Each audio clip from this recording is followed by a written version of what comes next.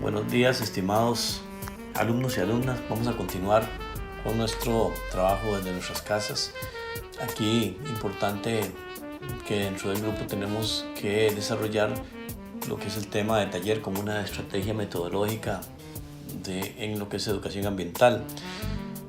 El liderazgo comunitario es importante conocerlo para lo que son los procesos de educación ambiental y también conocer un poquito sobre teoría de grupos, puesto que en las comunidades vamos a encontrarnos diferentes grupos y para desarrollar cualquier tipo de actividades de capacitación o mediación vamos a tener que reunirnos con diferentes actores sociales que están constituidos posiblemente en diferentes grupos. Si tomamos en cuenta las características del ámbito comunitario, esto nos hace tener claro un poquito cómo vamos a desarrollar los procesos de educación ambiental. Importante tener en cuenta que las diferentes comunidades tienen aspectos en común, como el idioma, forman parte de territorios mayores, por ejemplo un estado, una nacionalidad, una serie de valores, creencias y representaciones.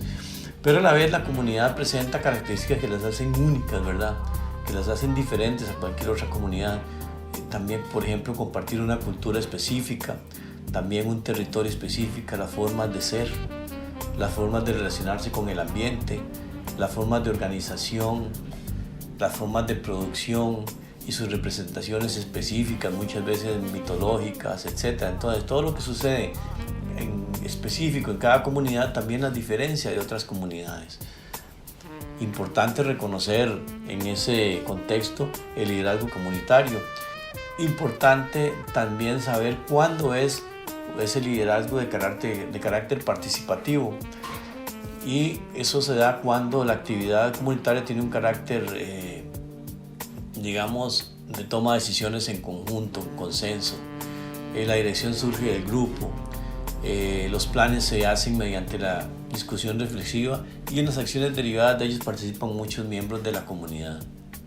Para que sea un liderazgo participativo, tiene que existir prioridad de los intereses colectivos sobre los intereses individuales. En este caso se habla de solidaridad comunitaria, de necesidades compartidas, de historia común, de objetivos comunes. Esto nos dice que cuando un líder deja de consultar a los miembros de su comunidad, a los grupos organizados y a las personas claves a la cual pertenece, o cuando negocia intereses sin tomar en cuenta ni informar a tiempo a la comunidad, o cuando busca beneficiarse a costa de recursos de la comunidad o a sus espaldas, dejará de ser líder de la comunidad. Y obviamente los diferentes actores sociales que ahí convergen se lo van a reclamar. El liderazgo en una comunidad y en general el liderazgo debe ser transformador. Entonces esta característica de liderazgo tiene ciertos elementos que poseen los líderes, que son motivadores, o sea, movilizan e inducen a otros miembros de la comunidad a llevar a cabo o a construir con mayor intensidad o alcance del que habían prometido originalmente o del que se esperaba de ellos. Tratan de fomentar y aumentar la participación de las personas que son tímidas o que son apartadas y les dan chance para que conversen a otras gentes que normalmente no participan. Colocan el beneficio de la comunidad, de sus grupos, por encima del interés propio, estimulando el desarrollo comunal. Modifican la jerarquía de necesidades de los miembros de los grupos comunitarios organizados y junto con ellos producen una redefinición de las necesidades sentidas por todos los miembros de la comunidad en general. Fomentan la movilización ante digamos, un determinado problema, a la generación de conciencia sobre las necesidades latentes. Fomentan la alegría, el goce de la tarea, de que la gente disfrute de realizar las cosas. Sus palabras y obras sirven de modelo e inspiran para otros miembros de grupos organizados y para la comunidad en general. O sea, son fuente de inspiración. También el liderazgo transformador procura estimular intelectualmente a sus compañeros y compañeras de actividades y otras personas de la comunidad a que participen, ¿verdad? Que participen en aspectos que le puedan ayudar a generar mayores conocimientos. Normalmente son personas amables, con cierto encanto personal, con carisma, siempre escuchan con intención. Es importante esto porque nosotros normalmente no escuchamos, sino que hablamos. Entonces es importante escuchar a la gente, escuchar lo que dicen, escuchar lo que sienten, escuchar sus temores, escuchar sus proyectos, qué son sus proyectos, etc. Comparten información con la comunidad, procuran que las actividades de los grupos organizados, así como los problemas de los diversos sectores de la comunidad, sean conocidos y compartidos por todos. También el liderazgo transformador trata que los éxitos y dificultades sean igualmente compartidos. Delegan las responsabilidades a los diferentes miembros del grupo, fomentando un desarrollo y mejor uso de capacidades. Son respetuosos tanto con la gente que está muy a favor de ellos como la gente que al final de cuentas piensa diferente, y están dispuestos a negociar con estas fuerzas sin sacrificar el bienestar y las metas de la comunidad, no entregando la parte fundamental de los objetivos de todos los miembros de la comunidad. Aquí llegamos también a un tema que es sobre un grupo, y vemos que un grupo es diferente a una simple sumatoria de personas. El grupo permite que se desarrollen de diferentes maneras procesos de construcción colectiva de conocimientos y aprendizajes. Es un aprendizaje activo, ¿verdad? Dentro del grupo es aprender haciendo, o sea, mientras hacen cosas, el grupo va aprendiendo. Mientras desarrollan la tarea, el grupo aprende.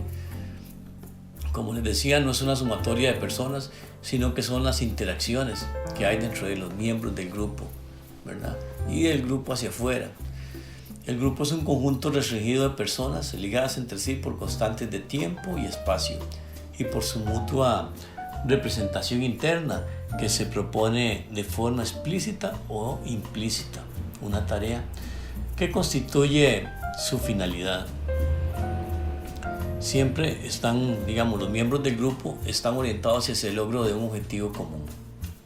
Ya sabemos, el grupo no es simplemente la sumatoria. Si pensamos en el grupo de problemas ambientales, entonces sería ese grupo de estudiantes que están en el curso de problemas ambientales, todas sus interrelaciones, cuáles son sus objetivos. Muchos es simplemente ganar el curso, pero muchos también ya han hecho interrelaciones con los demás compañeros y hacen otras actividades extra y disfrutan a veces de los encuentros, de un café, etc.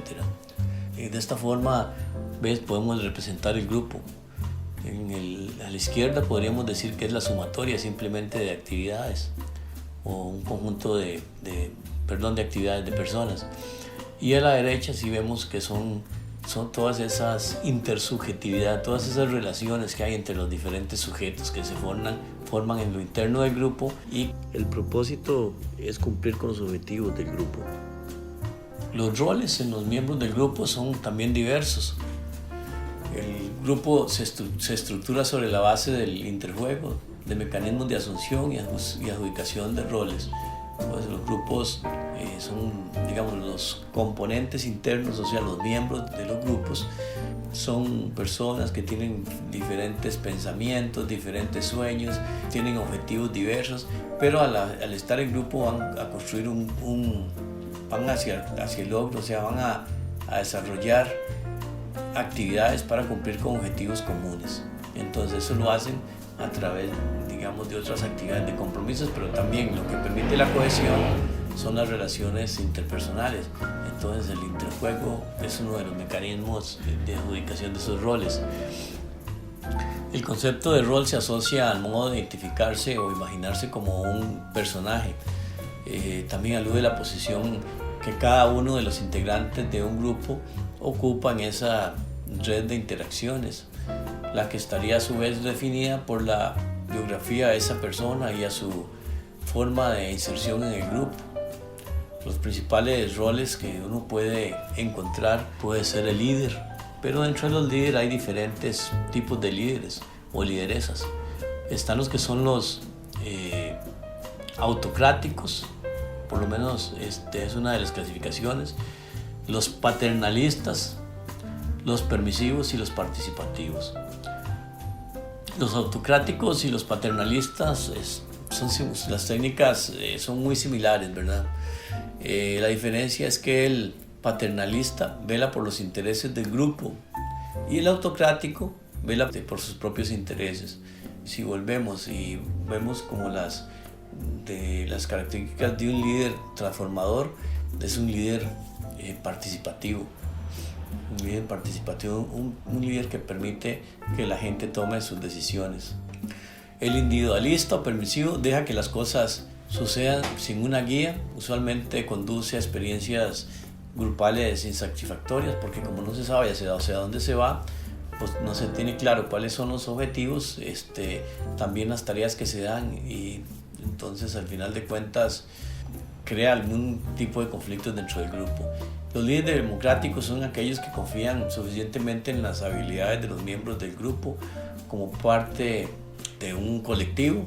Entonces, en ese sentido, adoptan decisiones adecuadas que a la larga son mejores que cualquier líder único, por más grande que sea su sabiduría.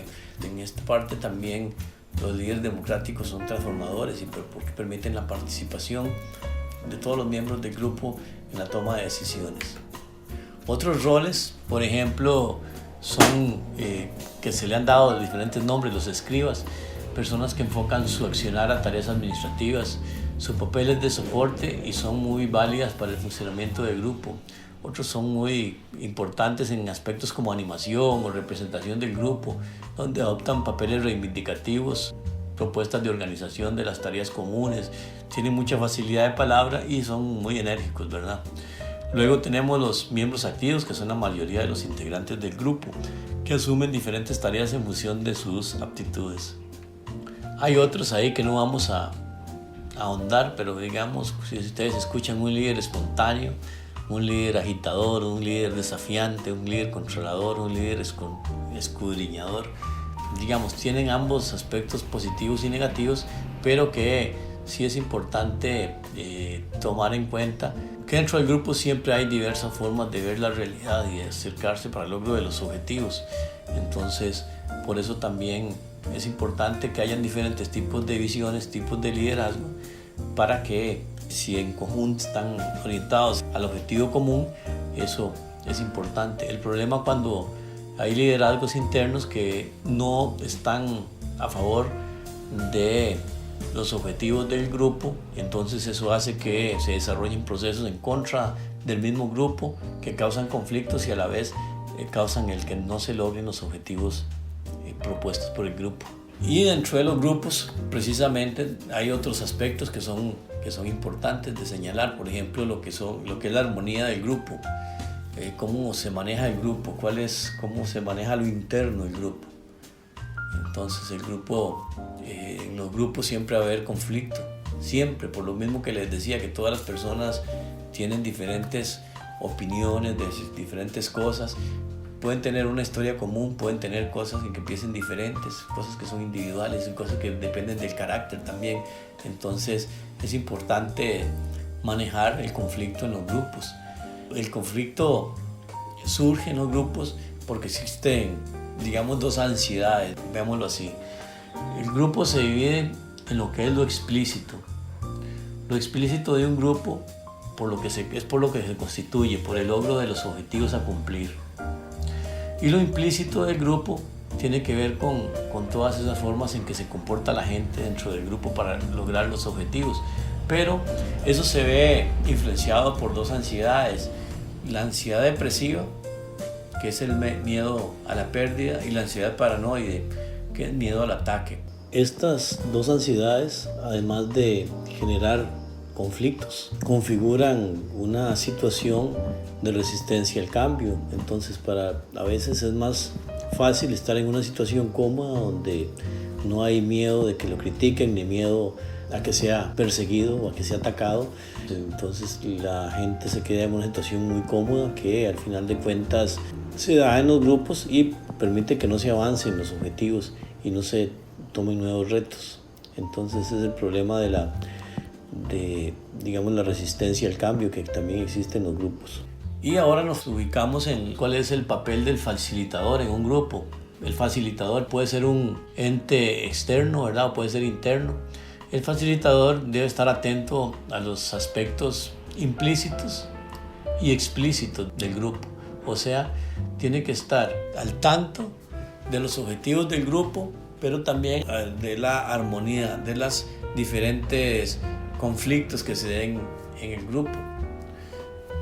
Y entonces el facilitador debe de actuar ante el conflicto. Entonces debe ser consciente de su existencia, tener capacidad para evaluación, conocer la problemática, sus causas, aportar soluciones, mejorar la comunicación, consensuar acuerdos y pasar a la acción. O sea, no se puede quedar uno simplemente en el conflicto, porque si no el grupo no avanza hacia el logro de los objetivos. El facilitador debe ser asertivo. En este sentido, hay hay 3 formas de afrontar la realidad. Ante los problemas y conflictos, el ser humano puede huir o evadirlos, ¿verdad? Dice, no, la verdad que no me voy a meter en eso. O resignarse, bueno, ya hay un problema, nos están contaminando el río, pero ¿qué vamos a hacer? Esa empresa es muy poderosa. Atacar o defenderse, bueno, ver qué se hace para atacar el problema. O afrontar la situación y comunicarse de forma resolutiva, respetuosa y honesta. En este caso, si es un problema pensemos en alguien que está contaminando y que puede ser un miembro de un grupo. Entonces, ¿cómo hacer para que la persona entienda que está con un problema? ¿Cómo puede ayudar la comunidad para mermar la contaminación? ¿Y cómo puede ayudarle a la persona para que éstas se minimicen? Entonces, ¿cómo afrontar esa situación? Y cómo darle una respuesta para que todos en la comunidad salgan bien. Es importante ya retomar lo que es el taller como una herramienta o una técnica de educación ambiental. El taller es un proceso de aprendizaje con la utilización de técnicas y herramientas participativas donde los y las participantes desarrollan o más bien construyen conocimientos y aptitudes con base al aprender haciendo, con base al interjuego, con base a la participación. Las principales características del taller es que se basa en la experiencia de los participantes. Es una experiencia integradora donde se unen la educación y la vida, los procesos intelectuales y afectivos. Está centrado en los problemas e intereses comunes del grupo. Implica una participación activa de los integrantes y debe utilizar diversas técnicas, especialmente las de discusión en grupo. En la imagen tenemos lo que es la secuencia del taller, en la parte de la ejecución del taller, que es la presentación de la actividad. Entonces ahí se hace una exposición de la finalidad, la metodología que se va a aplicar, el aporte a la formación del grupo y otras cosas que puedan ser interesantes. Luego la organización de los subgrupos de acuerdo a los objetivos propuestos, las dinámicas de presentación, las especificaciones de las tareas y el facilitar y orientar los grupos de trabajo.